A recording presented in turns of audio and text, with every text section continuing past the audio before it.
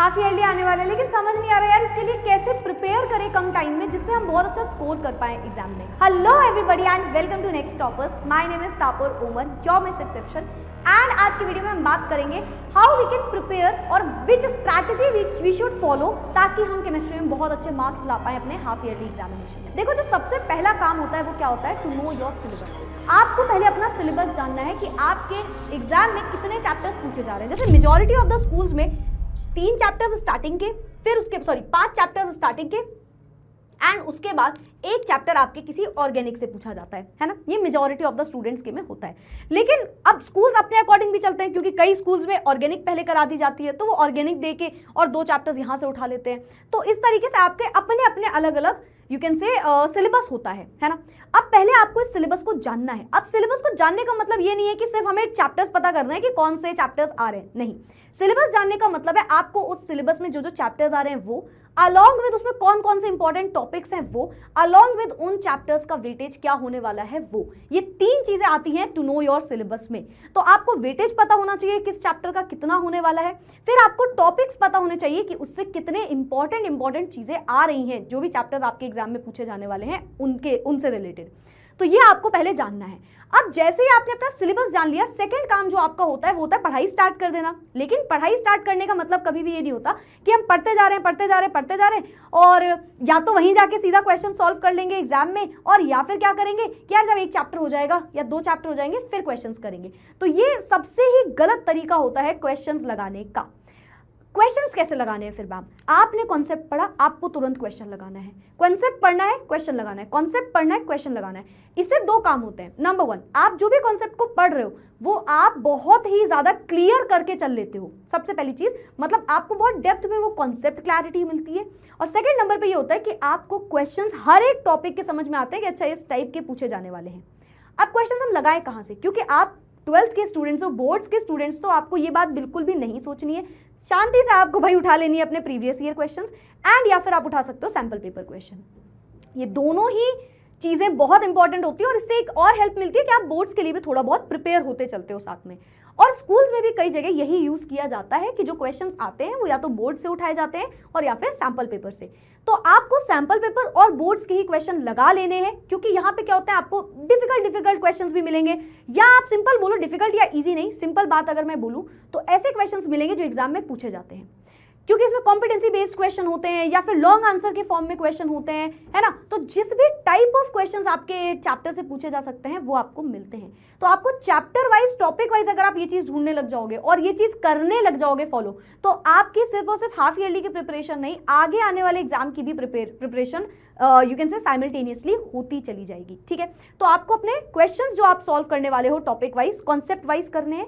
Along with that आप उसी के साथ साथ प्रीवियस ईयर क्वेश्चन या फिर सैंपल पेपर की हेल्प ले सकते हो। मुझे पता है बहुत सारे स्टूडेंट्स फॉलो नहीं भी करते हैं, लेकिन ये मैं आपको बता दूं कि जितने स्टूडेंट्स ये फॉलो करते हैं वो ही सबसे अच्छे मार्क्स ला रहे होते हैं आपकी क्लास में। बिलीव मी व्हेन आई से दिस, ये सच है। ठीक है, बहुत सारे बच्चे इस चीज को बहुत लाइटली लेते हैं कि अरे यार ये इतना कौन टाइम वेस्ट करेगा ये वो, बट ये ऐसी स्ट्रैटेजी, एक ऐसी चीज होती है स्ट्रैटेजी की जो आपको यू कैन से मतलब बहुत अच्छे एम करने में हेल्प करता है। So this is something which is very important. Now moving forward, next is हमारे पास कि मैम ये तो हो गया, हमने क्वेश्चंस भी सॉल्व कर लिए, लेकिन मैम हुआ क्या था ना कि हम जब पढ़ रहे थे तब तो हमारा क्लास में बहुत ज़्यादा ध्यान था नहीं। मतलब 5 चैप्टर आ रहे हैं मैम, 3 तो बहुत अच्छे से पढ़े थे शुरुआत के बोर्ड सोच के, लेकिन मैम बाकी के जो 2 थे ना वो सिर्फ और सिर्फ हवा में उड़ा दिए थे मैंने, है ना। तो कई लोगों के बैकलॉग क्रिएट हो जाते हैं। मतलब उन्होंने कुछ टॉपिक्स या तो पढ़े ही नहीं है, कुछ टॉपिक्स पढ़े हैं पर उनको इतना ध्यान देके उस टाइम पे नहीं पढ़ा था। तो अब उसके लिए क्या करें? क्या हम मैम उसको पूरा पढ़ने बैठ जाएं उस चैप्टर को? सपोज मैंने 2 चैप्टर बहुत अच्छे से नहीं पढ़ा, तो मैं ऐसा करूंगा कि मेरे 2 दिन का गैप है ना एग्जाम में, एक दिन मैं पूरे उस 2 चैप्टर को दे दूंगा और दूसरे दिन में अगर उस 2 चैप्टर से कोई डाउट है या क्वेश्चन है उसको लगा लूंगा। तो ऐसा तो आपको भी पता ये नहीं हो सकता, है ना भाई। आप जो चैप्टर्स पढ़ चुके हो वो तो आपको बहुत अच्छे से पढ़ना ही है, पर साथ ही साथ साइमल्टेनियसली आपको ये दोनों चीजें करनी है। मतलब आपको जो चैप्टर्स आपने ध्यान नहीं दिए या टॉपिक्स आपने नहीं पढ़े वो भी पढ़ना है, वो चैप्टर्स भी कवर करने हैं, अलॉन्ग विद दैट जो पढ़ चुके हैं उनको भी नहीं छोड़ना। तो उसके लिए आप क्या कर सकते हो भाई? स्टार्टिंग में हमारी बैटरी चाहे जैसी हो, पर अब हमें बहुत तेज से भागना है मैम, है ना। तो इसके लिए एक सबसे बेस्ट जो सोल्यूशन हो सकता है वो होता है वन शॉट। वन शॉट, आप वन शॉट देख सकते हो। हमारे चैनल पे भी सारे वन शॉट्स हैं, आपको प्लेलिस्ट मिल जाएगी, आप वहां से इस चीज को कंसिडर कर सकते हो, है ना। तो आपको वन शॉट देखने। अब वन शॉट से आपकी हेल्प कैसे होगी? आपको हर एक टॉपिक जो भी आपके चैप्टर में इंपॉर्टेंट होता है वो किस तरीके से पूछा जा सकता है, बहुत कम टाइम में आपको ये वन शॉट में पढ़ने को मिल जाता है। अब इससे आपकी हेल्प ये होती है कि आप कम टाइम में वो पूरा चैप्टर भी कवर कर सकते हो और आप उसके कॉन्सेप्ट को क्लैरिटी कर सकते हो, साथ ही साथ जैसे मैंने आपको सेकंड स्लाइड में बताया अपने क्वेश्चंस नोट करते करते। तो ये दो चीजें होती हैं जो आपको यहाँ से बहुत अच्छे से मिल जाती हैं और आपका टाइम भी ज्यादा कंज्यूम नहीं होता। तो वन शॉट तो भाई एक श्योर शॉर्ट सोल्यूशन है आपके लिए।